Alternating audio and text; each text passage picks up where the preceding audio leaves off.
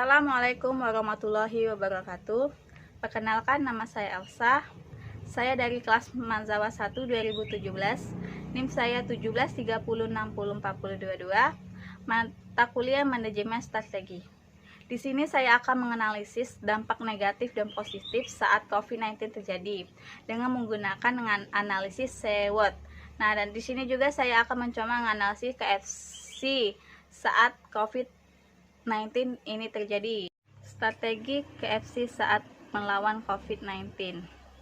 Pengolahan waralaba Kentucky Fried Chicken atau disingkat dengan KFC di Indonesia, PT Fast Food Indonesia menerapkan beberapa strategi agar dapat mempertahankan kinerja di masa pandemi COVID-19 ini.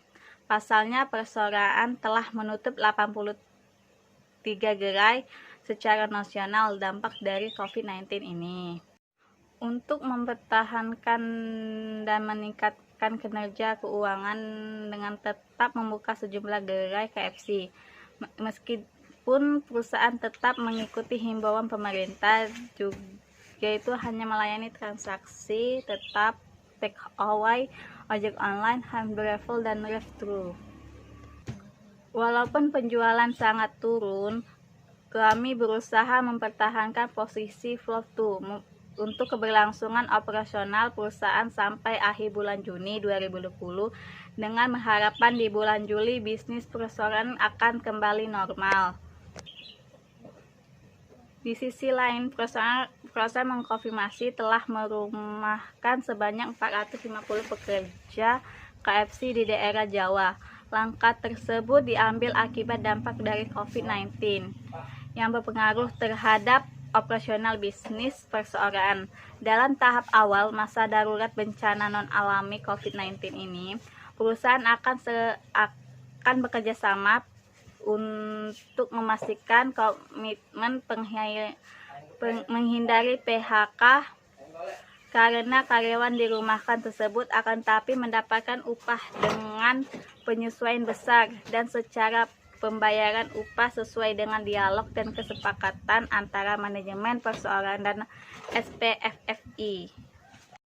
Dari strategi KFC untuk menghadapi COVID-19 dapat saya menganalisis dampak positif dan negatif KFC menggunakan SWOT, yaitu kekuatan, kelemahan, peluang, dan ancaman.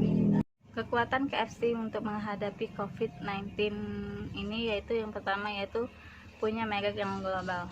KFC dikenal oleh banyak orang dan merupakan merek yang dapat dipercaya di banyak negara, terutama karena waralaba awal dan ekspansi internasional. Yang kedua yaitu rahasia dagang. Resep asli 11 bumbu dan rempah-rempah. Resep asli ayam KFC adalah rahasia dagang dan sumber keunggulan kompetitif terhadap persaingan KFC.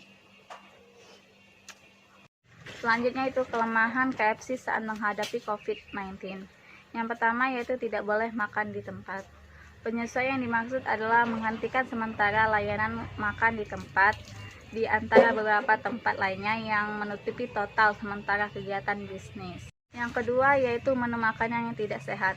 Menu KFC sebagian besar terdiri dari makanan dan minuman yang berkalori tinggi, garam, dan lemak.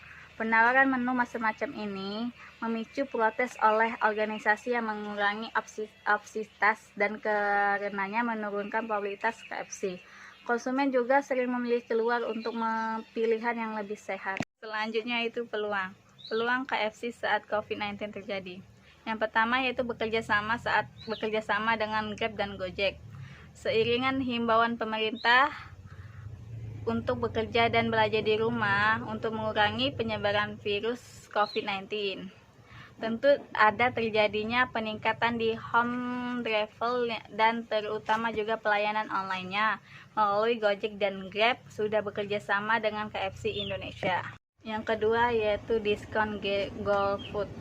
KFC pun getol mempromosikan layanan pesan antar melalui akun media sosial untuk masyarakat yang sedang menerapkan pembatasan social distancing dengan terdiamnya di rumah.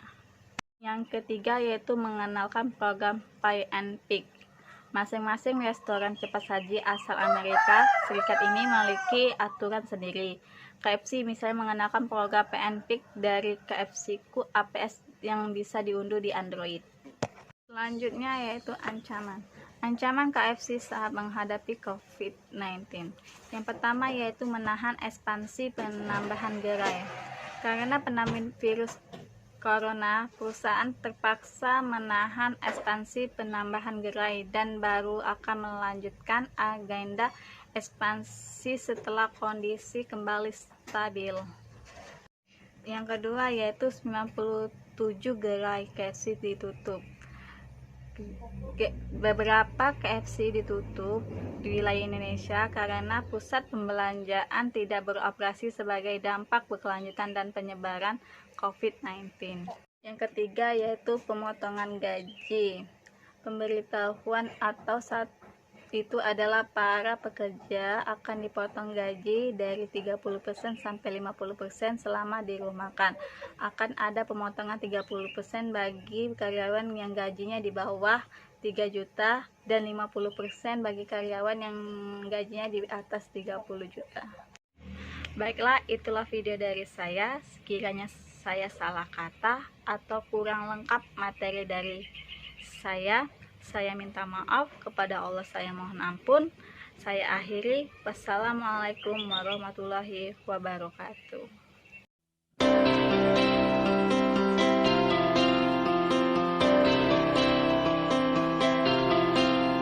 Kesedihan hari ini bisa saja